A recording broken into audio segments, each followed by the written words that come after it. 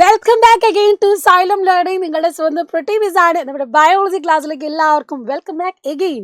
അപ്പം നമ്മളിതാ ഓരോ ഭാഗങ്ങളും സെൻസേഷൻ റെസ്പോൺസസിലെ ഇമ്പോർട്ടൻറ്റ് ടോപ്പിക്സ്, ഇമ്പോർട്ടൻറ്റ് ഡയഗ്രാം എല്ലാം സ്പെസിഫൈ ചെയ്ത് പഠിച്ചു പോവുകയാണ്. അങ്ങനെ ഇന്നും ഞാൻ വന്നിരിക്കുകയാണ് നിങ്ങളൊക്കെ കാത്തിരിക്കുന്ന പോലെ തന്നെ ഇമ്പോർട്ടൻറ്റ് ടോപ്പിക്, അതുപോലെ മോസ്റ്റ് ഇമ്പോർട്ടൻ്റ് എന്ന് പറഞ്ഞാൽ മാർക്ക് ബേസ്ഡ് ആണെങ്കിലും കഴിഞ്ഞ PYQ ക്വസ്റ്റ്യൻസ് ഒക്കെ എടുത്ത് നോക്കിയാലും ഷോർട്ട് ക്വസ്റ്റ്യൻ ആയിട്ട് ഓണം എക്സാമിനും അതുപോലെ ക്രിസ്മസ് എക്സാമിനും പബ്ലിക് എക്സാമിന് വരെ കണ്ടിട്ടുള്ള ക്വസ്റ്റ്യൻ ആണ് ഇന്ന് നമ്മൾ ഡിസ്കസ് ചെയ്യാൻ പോകുന്നത്. അപ്പോൾ എല്ലാവരും ഈ വീഡിയോ കംപ്ലീറ്റ് ആയിട്ട് കാണണം. കാരണം അത്രയും ഇമ്പോർട്ടൻസ് ഉള്ളത് കൊണ്ടാണ് മിസ് വീണ്ടും റിപ്പീറ്റ് ചെയ്ത് സ്പെസിഫൈ ചെയ്ത് പറയുന്നത്. അപ്പോൾ ഇതിന് ഡീറ്റെയിൽ ക്ലാസ് ഒക്കെ ഇതാ നമ്മുടെ സെക്കൻഡ് ബാച്ചിന് നമ്മൾ പഠിച്ചു കഴിഞ്ഞിട്ടുണ്ട്. നിങ്ങൾ ഓൾറെഡി അറിഞ്ഞതാണ് സെക്കൻഡ് ബാച്ചിൻ്റെ അഡ്മിഷൻസ് ഒക്കെ ഓപ്പൺ ആയ കാര്യം. അപ്പോൾ ഇനിയും സമയം വൈകിട്ടില്ല. ക്ലാസ്സസ് ഒക്കെ നമ്മൾ ഇമ്പോർട്ടൻ്റ് ഒക്കെ മാർക്ക് ചെയ്ത് ക്വസ്റ്റ്യൻസ് വരെ ഡിസ്കസ് ചെയ്ത് പോകുന്നുണ്ട്. അപ്പം തന്നിരിക്കുന്ന നമ്പറിലേക്ക് കോൺടാക്ട് ചെയ്യുക. ഇനിയും സമയം വൈകിട്ടില്ല. അപ്പോൾ ഉറപ്പായിട്ട് നമ്മുടെ ബാച്ചിലേക്ക് ഉണ്ടാവില്ല, അസ്ത്ര ബാച്ചിൽ നമുക്ക് കാണണം. Okay, yes. അങ്ങനെയാണെങ്കിൽ നമ്മുടെ ടോപ്പിക് റിഫ്ലെക്സ് ആക്ഷൻ അല്ലെങ്കിൽ റിഫ്ലെക്സ് പ്രവർത്തനം. ഇതിൻ്റെ ഇല്ലസ്ട്രേഷൻ, ടെക്സ്റ്റ് ബുക്കിലെ ഫിഗർ, അതുപോലെ ഇതിൻ്റെ ഒരു പാത്ത് വേ നമുക്ക് പഠിക്കാനുണ്ട്. അതും ഒക്കെ എന്ത് ചെയ്യണം, നമുക്ക് ഡീറ്റെയിൽ ആയിട്ട് പഠിക്കാനുണ്ട്. അതിന് മുന്നേ നമ്മൾ അറിയേണ്ട ഒന്നാമത്തെ കാര്യം എന്താണ് സ്പൈനൽ കോഡ് എന്നാണ്. ഇതറിഞ്ഞാലാണ് നമുക്ക് റിഫ്ലെക്സ് ആക്ഷനിലേക്ക് പഠിക്കാൻ പറ്റുക. സ്പൈനൽ കോഡ് എന്ന് പറഞ്ഞാൽ നമ്മൾ പറഞ്ഞിരുന്നു നമ്മുടെ സെൻട്രൽ നെർവസ് സിസ്റ്റം അല്ലേ, നമ്മുടെ ഈ മൊത്തത്തിലുള്ള നെർവസ് സിസ്റ്റത്തിൻ്റെ കേന്ദ്ര നാഡീ വ്യവസ്ഥ അല്ലെങ്കിൽ സെൻട്രൽ നെർവസ് സിസ്റ്റത്തെയാണ് നമ്മൾ എന്ത് പറയുന്നത്, ബ്രെയിൻ. അതിൽ വരുന്നതാണ് ബ്രെയിനും അതുപോലെ സ്പൈനൽ കോഡും. അപ്പോൾ സ്പൈനൽ കോഡ് അല്ലെങ്കിൽ സുഷുമ്നയും എന്ന് പറയുന്നത് നമ്മുടെ ശരീരത്തിൽ നടക്കുന്ന എല്ലാ പ്രവർത്തനങ്ങളും മെയിൻ ആയിട്ട് കൺട്രോൾ ചെയ്യുന്നതാണ്. അപ്പം അതിൻ്റെ സ്ട്രക്ചറും നിങ്ങൾ പഠിക്കുന്നതാണ്. കാരണം അത്രയും ഇമ്പോർട്ടൻ്റ് ആണ്. ഈ ഒരു ഫിഗറും എന്താണ് ചോദ്യത്തിൽ ചോദിച്ചിട്ടുള്ളതാണ്. അപ്പം നിങ്ങൾക്കിടെ സെൻറ്ററിൽ ഒരു സെൻട്രൽ കനാൽ കാണാം, അതുപോലെ തന്നെ ഡോർസൽ റൂട്ടും വെൻട്രൽ റൂട്ടും കാണാം അല്ലേ. അപ്പോൾ ഈ സെൻട്രൽ കനാലിൻ്റെ ഉള്ളിൽ എന്താണ് സെറിബ്രോ സ്പൈനൽ ഫ്ലൂയിഡ് നമുക്കുണ്ട്. സെറിബ്രോ സ്പൈനൽ ഫ്ലൂയിഡ് കാണാം.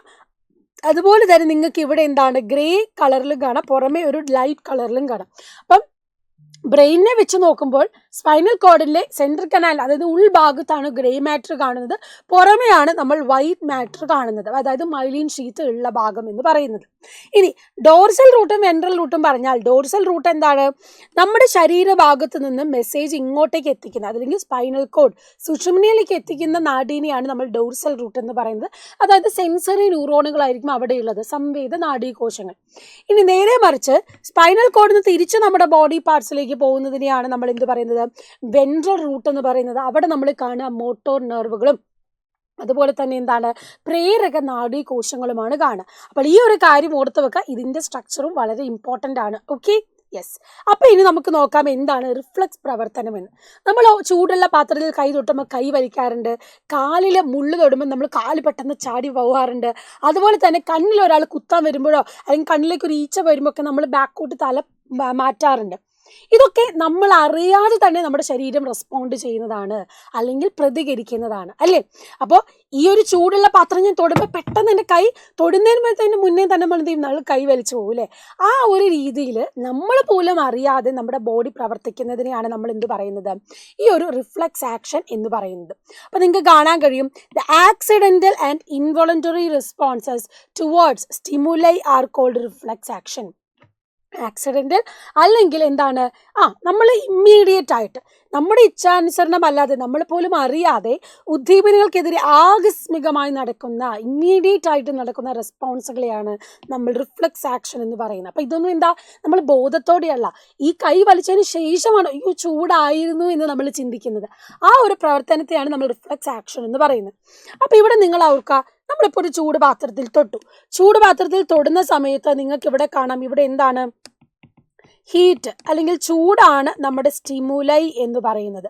സ്റ്റിമുലൈ എന്ന് പറഞ്ഞാൽ എന്താ, സ്റ്റിമുലൈ എന്ന് പറഞ്ഞാൽ ഉദ്ദീപനം എന്ന് പറയുന്നത്. ചൂട് തട്ടിയ പാടെ തന്നെ അത് റിസീവ് ചെയ്യാൻ അല്ലെങ്കിൽ ഈ സ്റ്റിമുലസിനെ റിസീവ് ചെയ്യാൻ നമ്മുടെ കയ്യിൽ എന്തുണ്ട്, റിസപ്റ്റേഴ്സ് ഉണ്ട്. റിസപ്റ്റേഴ്സ് അല്ലെങ്കിൽ ഗ്രാഹികളുണ്ട് ഇല്ലേ, ഗ്രാഹികളുണ്ട്. അപ്പോൾ ഈ റിസപ്റ്റേഴ്സ് ആണ് എന്ത് ചെയ്യുന്നത്, ഹീറ്റ് അല്ലെങ്കിൽ ചൂടിനെ റിസീവ് ചെയ്യുന്നത്. അപ്പം തന്നെ ഇവർ എന്തുണ്ടാക്കും, ഇവിടെ ഒരു ഇമ്പൾസിനെ ക്രിയേറ്റ് ചെയ്യും. ഒരു ഇമ്പൾസ് അല്ലെങ്കിൽ ആവേഗം ഉണ്ടാകും.